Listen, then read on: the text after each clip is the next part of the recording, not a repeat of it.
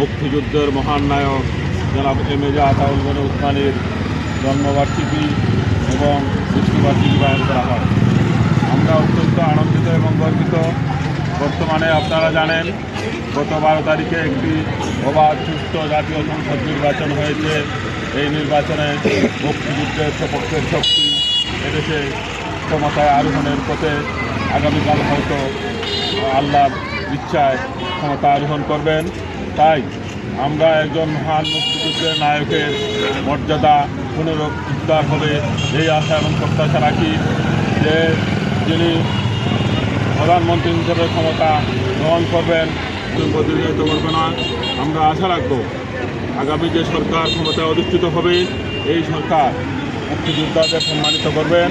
সকল সামাজিক রাজনৈতিক সংগঠন একত্রিত হয়ে আমাদের সিলেটের কৃতি সন্তান, সিলেটের গর্ব, সিলেটের অহংকার আমরা জেনারেল এমএজি আতাউল গনি উসমানী মহোদয়ের আমরা জন্মবার্ষিকী এবং মৃত্যুবার্ষিকী জাতীয়ভাবে পালন করার আহ্বান জানিয়ে আমি আমাদের প্রিয় স্যার জনাব মোহাম্মদ ইকবাল বাহার তালুকদার স্যার আমাদের মধ্যে উপস্থিত হয়েছেন।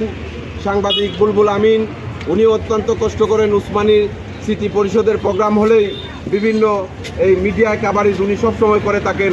কারও কিন্তু স্বার্থ নেই, স্বার্থ শুধু একটাই, আতাউল গনি উসমানীর জন্ম এবং মৃত্যুবার্ষিকী যেন রাষ্ট্রীয়ভাবে পালন করা হয়। আমরা বর্তমান প্রধানমন্ত্রী যিনি হয়েছেন, আমরা জননেতা জনাব তারেক রহমানের কাছে আমাদের একটাই দাবি, আমরা চাই এই মহান মানুষকে, উনি যেহেতু আপনার শ্বশুর, এই মহান মানুষকে ওনার জন্ম এবং মৃত্যুবার্ষিকী যেন রাষ্ট্রীয়ভাবে পালন করা হয়। আমাদের চাওয়ার পাওয়ার কিছু নাই, আমরা শুধু একটাই চাই যে উনি মুক্তিযুদ্ধে পরিশ্রম করেছেন, উনি দেশ স্বাধীন করেছেন, দেশের মানুষকে বাংলা ভাষায় কথা বলতে দিয়েছেন। ওনার জন্য একটু হলেও যদি ওনার জন্ম এবং মৃত্যুবার্ষিকী রাষ্ট্রীয়ভাবে পালন করা হয় তাহলে ওনার আত্মা শান্তি পাবে। আমি বিশ্বাস করি ওনার মতো মানুষকে যদি গ্রহণযোগ্য মানুষকে যদি মূল্যায়ন করা না হয় পৃথিবীতে আর কোনো মানুষ গ্রহণযোগ্যতা পাবে না। কাজেই আমি বিশ্বাস করি যেখানে গুণীর পতন নেই সেখানে গুণীর জন্ম হয় না।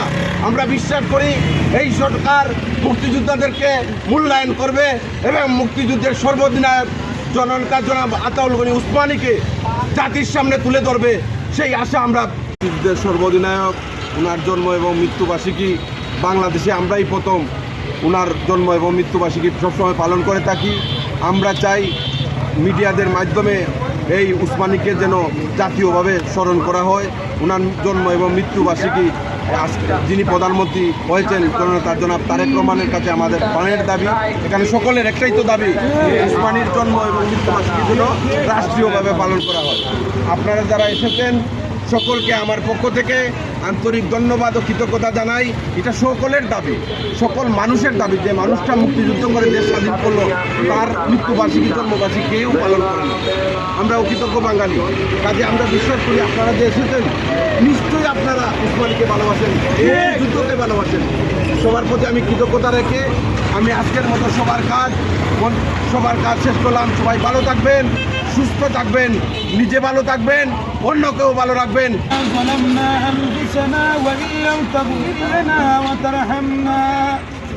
لنكونن من الخاسرين আল্লাহ তাআলা ও আসমান জমিনের মালিক, আয় আল্লাহ সালাতুল আসরের নামাজের উপর আল্লাহ তোমার এক বান্দা বীর মুক্তিযোদ্ধা আল্লাহ উসমানী সাহেবের,